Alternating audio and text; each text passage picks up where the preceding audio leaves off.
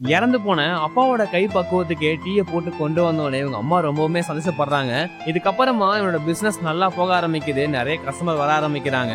அதே நேரம் இவனோட பெரியப்பா பையனுக்கிட்ட கான்டாக்ட் கொடுத்த எல்லாருமே இவனை ப்ரெஷர் பண்ண ஆரம்பிக்கிறாங்க அந்த இடம் வேணும்னு சொல்லி. அதனால அவன் என்ன பண்றான்னா, இந்த கடைக்கு உணவு பாதுகாப்பு துறையில இருந்து ஆள் அனுப்பி கலப்படம் பண்றாங்கன்னு சொல்லி கடைக்கு சீலுமே வச்சிடறாங்க. ஹீரோவுமே எல்லாருக்கிட்டையுமே போயிட்டு கடையை ஓபன் பண்றதுக்கு போய் பேசினாலும் யாருமே ஹீரோக்கு ஒத்துழைக்கிற போலயே கிடையாது. அப்ப பேசுறப்பதான் ஹீரோவோட பெரியப்பா பையன் தான் இது போல பண்ணிருக்காங்கன்னு சொல்லி தெரிஞ்சு ஹீரோ பேசுறதுக்காக போனாலும் எனக்கு பிசினஸ் தான் முக்கியம், எனக்கு அந்த இடம் வேணும்னு சொல்லி அவன் ரொம்ப ஸ்ட்ரிக்டா பேசிடுறான். அவன் ஹீரோ கிட்ட ரொம்ப கோபமா பேசிட்டான். ஆனா ஹீரோ என்ன பண்றாருன்னா, அப்பா இல்லாததுக்கு அப்புறமா நீ தான் எனக்கு சரியான பாதை கொண்டு போகணும்னு சொல்லிட்டு ஹீரோ ரொம்ப கஷ்டமா பேசிட்டு வந்துட்டு இருக்க. அந்த விஷயம் இவனுக்குமே தெரிய ஆரம்பிக்குது. வீட்டுக்கு வந்து ஹீரோட அம்மா காலில் விழுந்து இவன் மன்னிப்புமே கேட்கறான். இதுக்கப்புறமா கடையை ஓபன் பண்ணி ஹீரோ ரொம்ப சக்சஸ்ஃபுல்லா ரன் பண்ணிக்கிட்டு இருந்தாலும் இவங்க டீயை இன்டர்நேஷனல் பிராண்ட் ஆக்குறதுக்காக பேசுறதுக்காகவுமே வருவாங்க. ஆனா ஹீரோ என்ன பண்றான்னா, இவன் கடையோட பேர்ல தான் அதை பிராண்ட் பண்ணணும்னு சொல்லி கான்ட்ராக்ட்ல சைனுமே போட, அதோட அவங்க அப்பா சொன்ன போல ஒரு வேலையை புடிச்சு செஞ்சா அது கிடைக்கிற பலன் ரொம்ப பெருசா இருக்கும்னு சொல்லியிருப்பாரு. இதோடயே இந்த படத்தையுமே முடிக்கிறாங்க.